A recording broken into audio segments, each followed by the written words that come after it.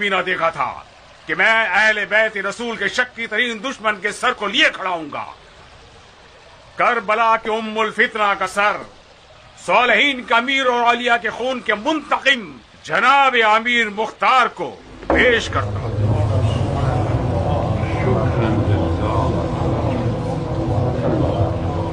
کیا تم عاشق ہو مختار؟ میرا ظاہر کیا بتاتا ہے؟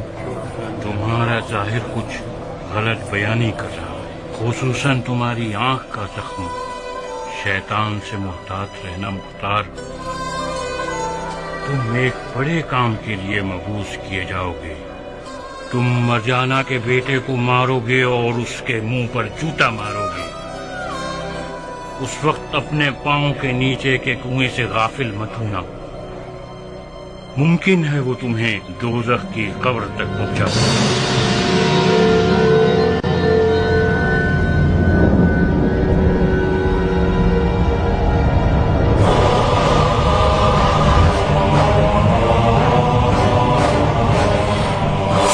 استغفر اللہ ربی واتوب الیہ۔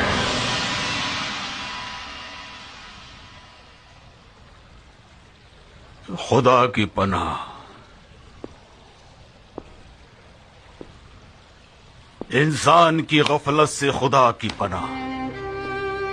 نقل ہے کہ اس شخص نے اسی چھت کے نیچے اور اسی جگہ پر ہمارے مولا حسین کے بریدہ سر پہ چوب خیزران سے مارا۔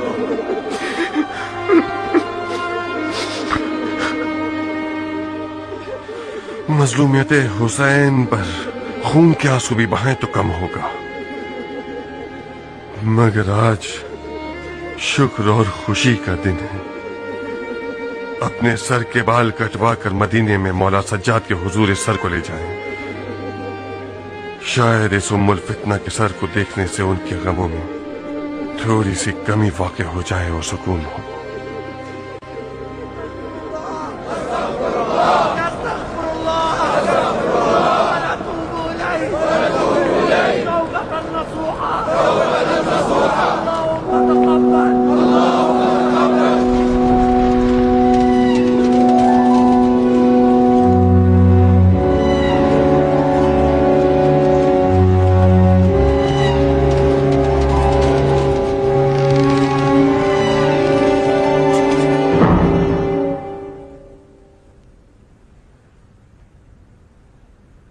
لنگڑے ہو، کھڑے نہیں ہو سکتے، گونگے بھی ہو، خلیفہ آ گئے ہیں، دیکھ نہیں رہے؟ اندھو نہیں دیکھ رہے؟ وہ اللہ کی مضبوط رسی کو تھامے ہوئے ہے، اس کے ذکر میں کیوں حائل ہو رہے ہو؟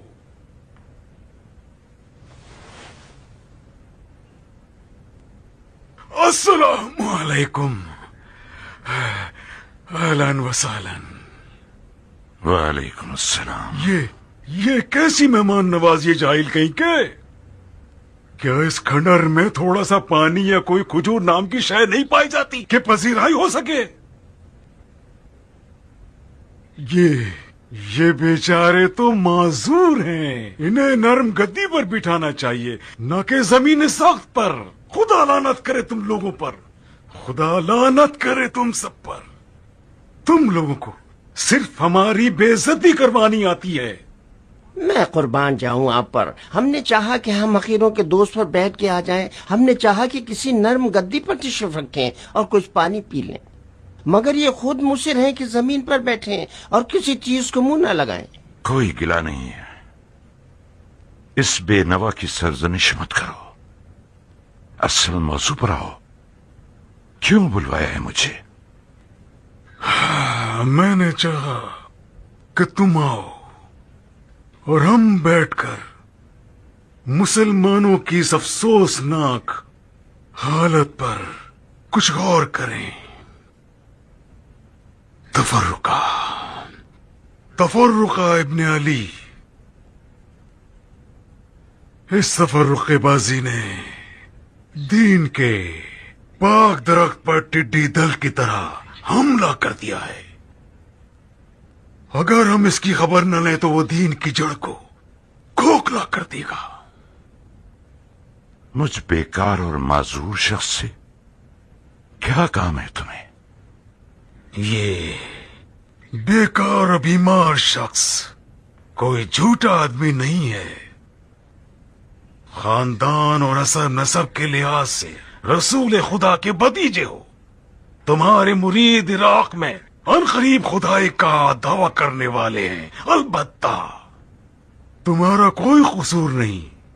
مریدین ہمیشہ دو چار ہاتھ سے گزر ہی جاتے ہیں تو انہیں مہار کا رونا بنتا ہے. خدا مختار نے تمہارے نام سے عراق میں لوگوں کا مال ہڑپ کرنا شروع کر دیا ہے. لوگوں کے دلوں میں اپنا خوف بٹھا رکھا ہے. اس نے کہتا ہے اس کے پاس تمہارا حکم ہے. میں نے مختار کو کوئی حکم نہیں دیا. میں جانتا ہوں اگر تم نے مختار کو حکم دیا ہوتا تو تم اپنے چچا کی شریعت کو پیٹ دکھا دیتے. آپ اس گناہ کبیرہ سے مبرہ ہیں. میں چاہتا ہوں کہ آپ اس بلون کے جھوٹ کو لکھ کر بھیج دیں تاکہ لوگ سمجھ جائیں کہ انہوں نے ایک جھوٹے شخص کے ہاتھوں بیعت کی ہے. میں یہ نہیں کر سکتا. کیا فرمایا آپ نے؟ نہیں کر سکتا بندے خدا. روا نہیں ہے کہ میں مختار اور اس کے قیام پر ظلم کروں. اس نے میرے مظلوم بھائی حسین کے انتقام کے لیے قیام کیا ہے تاکہ ہمارے دلوں کے زخموں کے لیے ایک مرہم بن جائے. وہ اس حق کے ساتھ اٹھائے کہ تم نے صرف اس کا دعویٰ کیا تھا. عاشور کے مقتولین کے تمام ورثہ مختار کے لیے دعا گو ہیں. علی کے بیٹے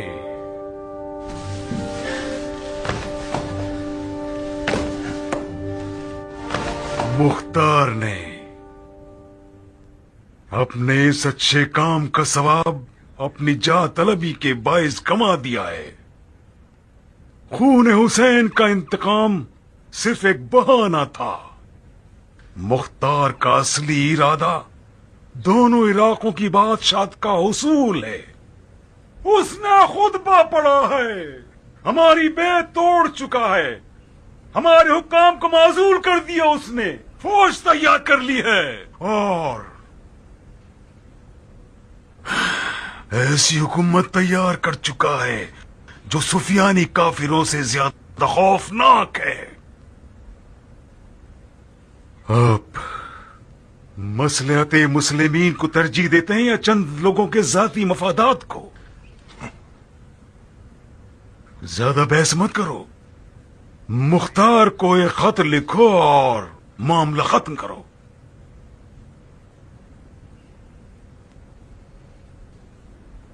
میرے مختار کو خط لکھنے سے تمہارے کاموں میں کوئی گرہ نہیں کھلنے والی.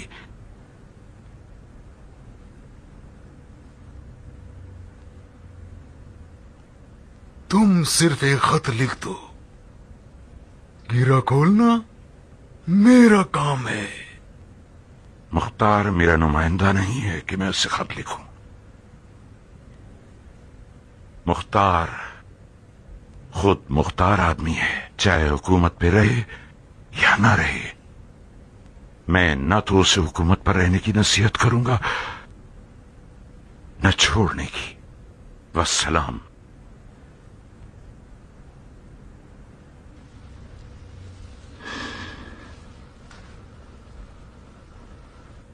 صحیح.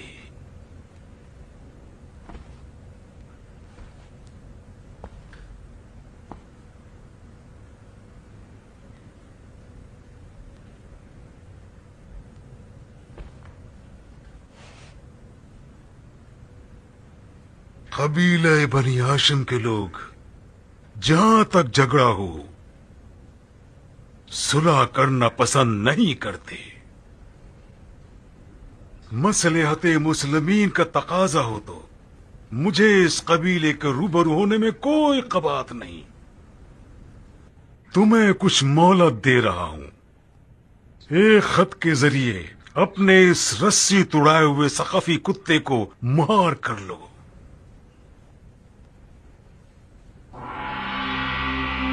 اسے حفاظت کے ساتھ ایک خیمے میں زمزم کے قریب ٹھہراؤ تاکہ دعا کے ذریعے اپنے تکبر کا علاج کر سکے.